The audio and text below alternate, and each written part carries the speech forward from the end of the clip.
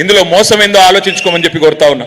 అట్లాగే ఇంకోటి చెప్పినారు, కొనుగోళ్లు అద్భుతంగా చేస్తామన్నారు. కొనుగోళ్లు కొంటున్నారా? ధాన్యం కొనే పరిస్థితి ఉందా? ఇవాళ ధాన్యం తీసుకొచ్చి 30 రోజులు 40 రోజులు 60 రోజులు అక్కడ అవస్థలు పడుతుంటే కూడా కనీసం సంచులు ఇచ్చే దిక్కు లేదు, గన్ని బ్యాగ్స్ ఇచ్చే దిక్కు లేదు. అక్కడ సంచులు ఇస్తున్నారా? సంచులు దొరుకుతున్నాయా? లేవు. ఎక్కడ పోయినాయి సంచులన్నీ? ఢిల్లీకి పోతున్నాయి, మూటలు మూటలు పోతున్నాయి ఢిల్లీకి.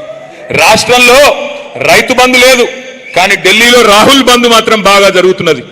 72,000 కోట్లు ఇక్కడ కేసీఆర్ గారు రైతులకు ఇస్తే, 72,000 కోట్లు కేసీఆర్ గారు ఇస్తే 72 సార్లు ఢిల్లీకి పోయిన ముఖ్యమంత్రి గారు నిధులు తెచ్చింది లేదు, నిధులు ఇచ్చింది మాత్రం చాలా ఉంది. కప్పం కట్టాలి, సామంతరాజు కదా, ఢిల్లీ వాళ్ళకి గులాం కదా, సామంతుడు కదా. మరి సామంతుడు కాబట్టి అక్కడ కప్పం కట్టకపోతే ఉంటుందా? పోస్టు ఊడిపోతుంది. అందుకే నెల నెల పోవాలి, కప్పం కట్టుకోవాలి, రెన్యువల్ చేయించుకోవాలి, రావాలి. రెగ్యులర్ సీఎం కాదా ఆయన, రెన్యువల్ సీఎం. రెన్యువల్ చేయించుకుంటేనే ఆ పదవి ఉంటుంది తప్ప లేకపోతే ఉండదు. ఇది వాస్తవం. అందుకే నేను అనేది ఇవాళ రైతులు అడుగుతా ఉన్నారు ఎక్కడ పోయిందంతా అని.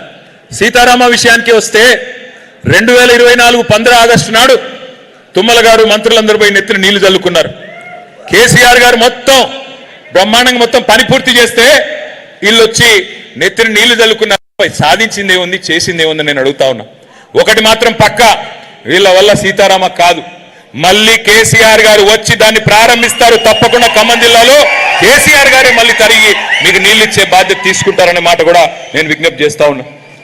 ఈ వర్గం ఆ వర్గం అని కాదు, మోసపోని ఏ వర్గము లేదు కాంగ్రెస్ చేతుల్లో. నేను ఇక్కడికి వస్తా ఉన్నా, మధ్యలో వీరన్న అంబేద్కర్ గారికి దండయ్య అన్న అంటే అక్కడికి పోయినా